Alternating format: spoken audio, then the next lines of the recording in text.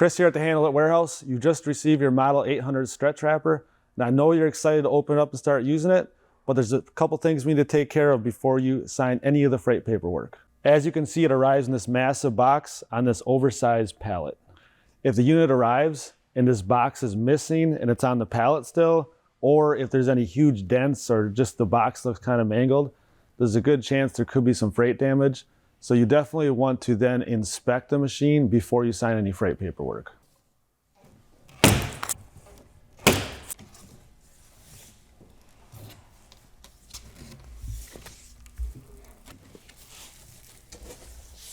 As we begin our inspection, the first thing you want to look at is cosmetic damage. So if there was a chip in the turntable or a chip on the mast or anything like that with paint scrubbed or anything off, I wouldn't refuse it for anything like that, because we have touch-up paint. We can send that over to you and get it taken care of. As we look at the sensors, we're going to start at the top, work our way down. We have a proximity sensor here. Everything looks good there. Then we have, this particular unit has an integrated scale, so we have a scale indicator here. And everything looks good, intact there. And then working our way down, we have this motor. Everything looks good, and there's a fan cover here. That fan cover is not dented or anything. If it were, it can easily be replaced. We can send you a replacement. Looking over here, we have the photo eye. Photo eye looks intact. Then we have the rollers. Everything looks straight and intact there.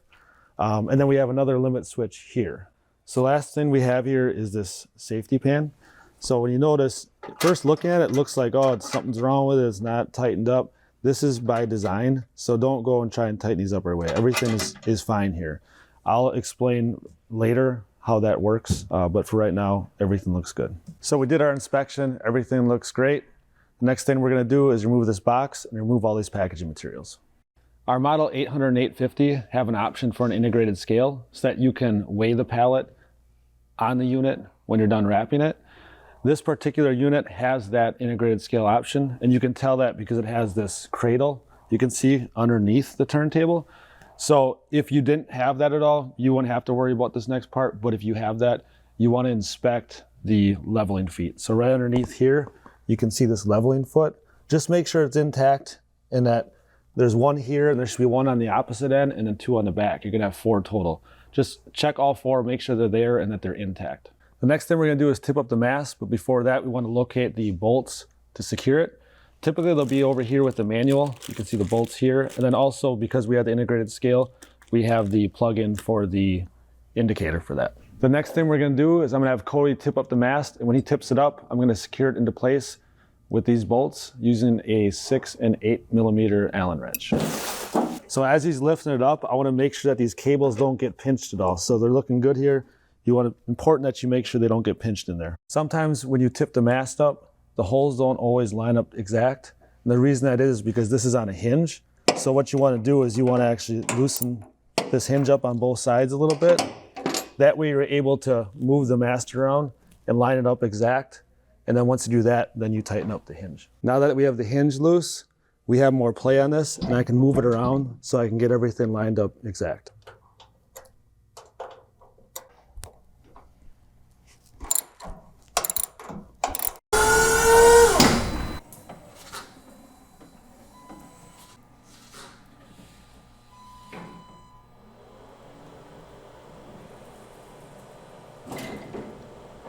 Now that we have the unit in place, we want to get some power to it. The good news is that this is just a 110 plug-in. A couple general rules of thumb about the power requirements. You want to have a dedicated circuit for this. You really don't want to use extension cords at all. And another rule, you don't want to plug into a GFI outlet, because if you do that, it's going to trip the breaker. Also on this unit, we do have the integrated scale, so we have another plug-in. It's going to go right here for the indicator. So this comes with it. This plugs up here, and then this plugs into a 110 outlet. This one, you don't have to have a dedicated outlet. You could use extension cords because it's really not much of a power requirement. Now we're going to plug it in. Now that we have the wrapper plugged in, we can power on the unit. In order to turn the unit on, you just turn this knob to the right, give it a second to boot up.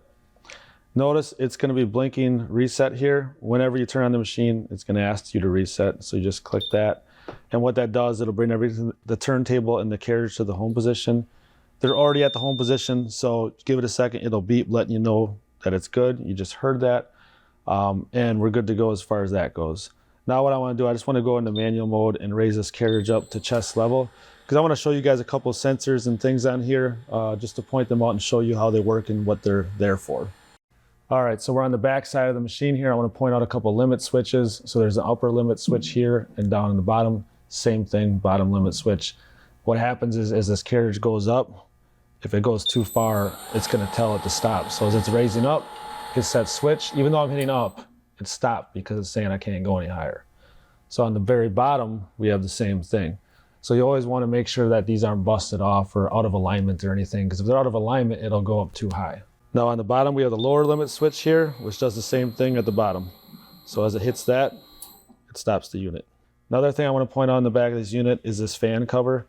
Sometimes this gets hit or damaged and it's dented in and it's hitting this fan, and its fan's making a clicking noise, so people kind of freak out and think there's something really wrong with it.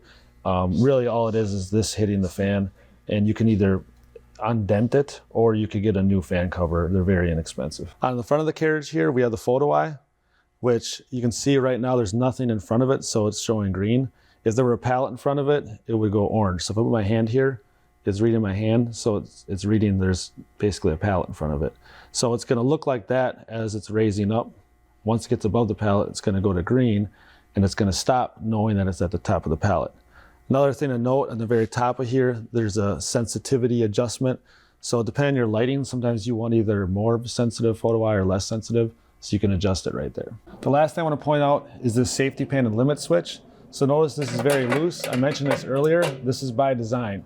So you don't want to tighten this up, because if you tighten it up, it's going to engage this limit switch. And if that gets engaged, it thinks it's hitting something, and it's going to stop and go back up, and you're getting an error code of SIC. So if you get that code, sometimes you're not sure what's going on, you might notice that this is pinched up or something's causing this to stay up. The most common thing is people tighten the bolts because they think that it's supposed to be tightened. So I'm going to put this down, and I'm going to put my hand right here, and you'll see it'll make it go back up. I'm getting an error code, and I'm going to have to reset it. You've taken the first steps of receiving, inspecting, putting the unit in place, and powering it up. We have more videos that you can watch, such as loading the film, how to install pallet jack ramps, and how to use all the functions of your Handle It Model 800. Thank you again for choosing Handle It for your stretch wrapper needs. Now that we have the unit in place, you might want to anchor it down. If you anchor it down, the anchoring points are right here. You have a 1/2 inch anchoring point here, and then on the other side. In this case, we have an integrated scale, so we are not going to anchor it down. Anchoring it with a scale on it is going to affect the load cell, so you do not want to anchor it if you have that integrated scale. What we have here is 2 ramps. We have a standard ramp and this ramp that's used if you have a scale integrated into the machine. So the standard ramp here, notice is shorter. It's a 3-inch height. Typically you would use this with the Model 800 if there was no integrated scale, because the height would match up. However, the height is taller because of that scale. So you need this ramp, which gets you to the height of this, and then it's integrated with the standard ramp, making one, and combine it with these bolts. So this is going to nest underneath here, bolt it together, and then we have some anchoring points. We'll bolt that in, and I'll show you where the anchoring points is in just a second. As you can see, now we have them both combined, nested in place. We bolted them together on both sides. Next thing we would do is we would anchor them down, anchoring point there, over here, and the same on the opposite side. And we have it lined up perfectly with the turntable. Now I want to show you how to load the film on the Model 800. First thing you want to note is that you want to have a 20-inch roll of film, and typically you want to have machine grade film. You could probably get a lighter gauge because this does not have pre-stretch on it, so it could take some lighter gauge film. So it's very simple. Just lift it up, set it on the spindle, and then what you want to do is you want to feed it through these rollers like this, on the outside of this one, and on the back side of that, and through that roller, like so. And you can see there's a diagram here as a reminder of how you feed it through. Okay, so we powered up our unit, we've done our initial reset, and we've loaded the film. The next thing I want to do is go to the controls and give you an overview of what the functions of each one does. Before I do that, I'm going to walk over here. I've mentioned multiple times about having an integrated scale on this unit. just want to point out where you plug this in. So this is the indicator. The plug goes up here, and then basically you take this, plug it into a different outlet, like a 110 outlet. I'm just going to set this down here. And then now I can power this on by hitting this. Give it a moment to initialize.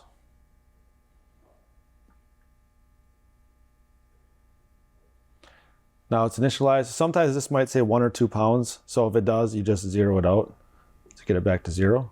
And now whenever we put a pallet or anything on this wrapper, it's going to tell the weight of that pallet. Okay, so now let's get back to the controls. So looking at the controls, the first one you see here is the emergency stop button. You push that in, it's going to stop everything. And you get the error 1 message. When you're done using that, pull it back out. A lot of times people forget to do that, and they get error 1 and they don't know what the problem is. You have to hit reset to get out of that. So from there you have the start button, which is used to start a cycle in automatic mode or record mode. Next to that you have stop, which is used to stop a cycle at any time. Then you have the reset button, which we discussed earlier, bring everything to the home position. From there you have the plus and minus buttons. These are used to change values on the desired setting. Now below that we go to save, used to save any changes. One thing to note, whenever you save, you must hit the OK button over here to confirm the saved changes. A beep will then follow, which confirms the changes were saved. Back over here you have the load button. This is used to select a pre-saved cycle for automatic mode. Then you have record. This is used to start the recording process, which we'll discuss in another video. Then you have this automatic manual OK button, which is used to choose between the automatic mode and the manual mode. It's also used to confirm the changes like I mentioned earlier. Below that you have the program escape button, which allows you to toggle between these 3 different wrap cycles, and also the escape portion allows you to kind of get to a home position. These 3 positions are up, down, which in this one the pallet will be wrapped with the carriage going up to the top of the pallet and then coming back down. Up only, the pallet will be wrapped with the carriage only going up, then stopping at the top of the pallet. Top sheet, the pallet will be wrapped with the carriage going upward, then pausing at the top of the pallet. The operator would then place a top sheet on the pallet and hit the start button. The machine would then secure the sheet to the pallet and finish the cycle coming back down. Then you have these icons down here. You have the bottom wraps, which is the number of times the bottom of the pallet is programmed to be wrapped. You have top wraps, which is the number of times the top of the pallet is programmed to be wrapped. You have tension. This is how tight you want the film to be applied to the pallet. Below that, you have rotation, which is how fast you want the turntable to rotate.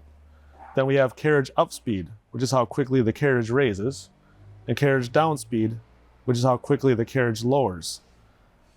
For these 2, you would want to lower the speed if you have a taller pallet because you can get more coverage in the middle of the pallet. That's it for an overview of the controls. Next, I want to show you how you can make changes to an automatic wrap cycle.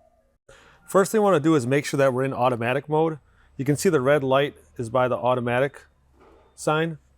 If you go like this, you'd be in manual, but as you can see, we are now in automatic. Then we press load. And as you scroll through up here with the plus and minus buttons, you can see you get the different saved pallets. So this goes all the way up to 9. And then you have 9 more that are recordable modes. We'll talk about that in a later video and go walk through how to do a recordable mode. For now, let's just go to 4 and hit the OK button, which is selecting that program. Next, we're going to select program.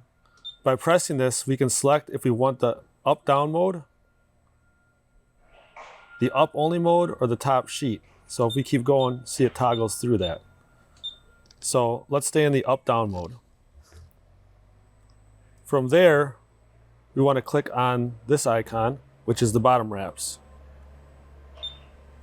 As you can see, it's blinking, so we can make changes with the plus and minus. So we want to change it to 2. Then we're going to go to top wraps. We're going to change that to 2 as well. We're going to go to tension. It's at 50. We'll just change it to, actually, let's go down. We'll go to 45. From there, we'll go to rotation speed. It's at 11. Let's change it to 12. We'll go to carriage up speed, which is at 65. We'll change it to 70. down speed, 65, we'll change it to 70 as well. Now that we made our changes, we can click save. Now remember, we have to click OK. It's gonna beep letting us know that those changes we made are saved. Now we just hit start and it's gonna wrap pallet number 4. We walked you through how to make changes to an automatic wrap cycle. Typically, all that will be preset. So when you want to wrap a pallet, it's as simple as walking up to the machine, selecting your pallet type, and hitting start. Let's show you how to do that. So as you can see, we're in automatic mode because the red light is lit right here. We just hit load, and we're gonna go to program 4, because that's where we were in before. And then we're gonna hit OK, and then start, and it will wrap.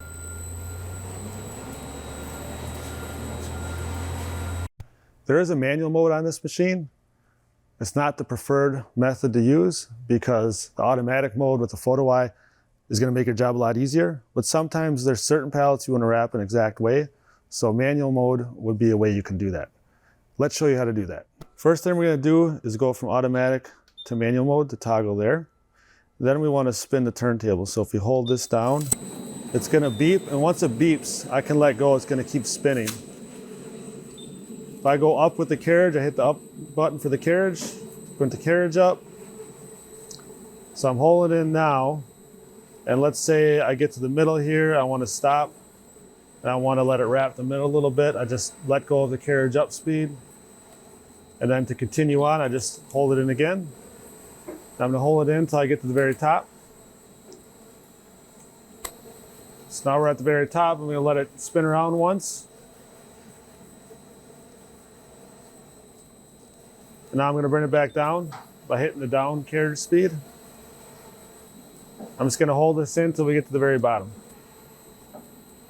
Once we get to the bottom, I'm going to let go. And then I'm going to stop it by just hitting the turntable icon again. And we're done. So we showed you how to use manual mode, but if you want to make any changes to manual mode, such as carriage up speed, carriage down speed, turntable speed, or tension, you can't easily access those parameters from manual mode from the front of the control panel. There's kind of a backdoor way of going about getting to that. And while you're in there, you can also make changes to the photo eye delay for automatic mode. So let's show you how to access those parameters. So in order to get into those settings, we need to power the unit off. And then when we turn it on, right when it turns on, we have to hold the start and the OK button at the same time. So I'm going to turn it on, hold those in until it flashes G1. So it's flashing G1 and 11. That's the setting for G1 right now. G1 is the turntable speed. So I'm going to click OK. If I want to make changes, I'm going to go to 10 and click OK. So I made those. That allows me to go to G2. G2 is the carriage up speed. So if I click OK, I can make changes to that. I'm going to go to 65 and click OK. Now, if I want to go to the next one, I hit the plus sign. That's going to be G3, down speed. Click OK again, so I can go to 65. Click OK. Then I want to go up to G4, which is the tension. So I do that. It's showing 25 for tension. Let's say I want to go down to 20. I'm going to go hit OK and go down to 23 and hit OK.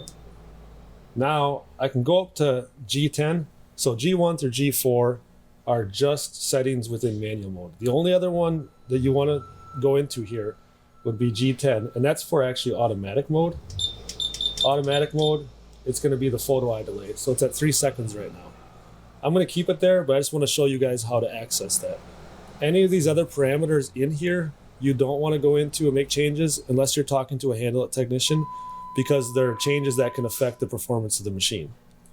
So if I want to make these changes that I did, just like before, earlier, to save, I click save, and then I do OK. Now I made those changes in manual mode. So another cool feature on the Model 800 and 850 is this thing we call playback or recordable mode. And what that feature allows you to do is basically wrap a pallet in manual mode, and you can save all those steps and play it back. So you can highly customize your wrap cycle with this feature. Let's show you how to do that. In order to start record mode, just hit record and then start. Now from here on, it's gonna read everything I'm doing. So if I engage it with the turntable speed, I hold this down till it beeps, turntable's spinning, and then I'm gonna go up with the carriage. Notice it counted that step 2. I'm gonna hold this in and go about right here, let it reinforce there a little bit so the carriage is staying where it's at. Then I'm gonna go back up a little bit more, reinforce there by stopping again. So counted that step. Now I want to go up further. Now I'll bring it up all the way to the top. And then once I get to the top, I'm going to let go and let it wrap a little bit as well. So now I'm at the top now, so I'm going to stop. It's counting that step. I'm going to let it wrap a little bit while the carriage is staying in that position. Then I'm going to come back down. So counted that step. And I'm going to stop it right here. So in order to stop it, I hit stop, and then I gotta let it finish this cycle. So it beeped. So once it beeped, I can save this. So in order to save it, if I just hit save now, it's gonna save it as recordable 1. But let's say I wanna save this as recordable 3. So I'm at 3, and I hit save, and then I hit OK. So that's how you would program a recordable mode setting. Next, we're going to show you how you actually access that and do that. All right, so we just did and saved that recordable mode. So notice the carriage was in the up position. So first thing I want to do is hit reset to bring that carriage back to the down position. Because if I left it up and hit start, it's going to start counting from that carriage being at that up position. So I'm going to bring that down. And it'll beep when it gets to the bottom. All right, so it's at the bottom. Now what I'm gonna do is I'm gonna hit load, and I'm gonna scroll through past the saved automatic pallets and go up to recordable 3. And I'm gonna click OK. Then I'm gonna hit start. And it's gonna do everything I just did.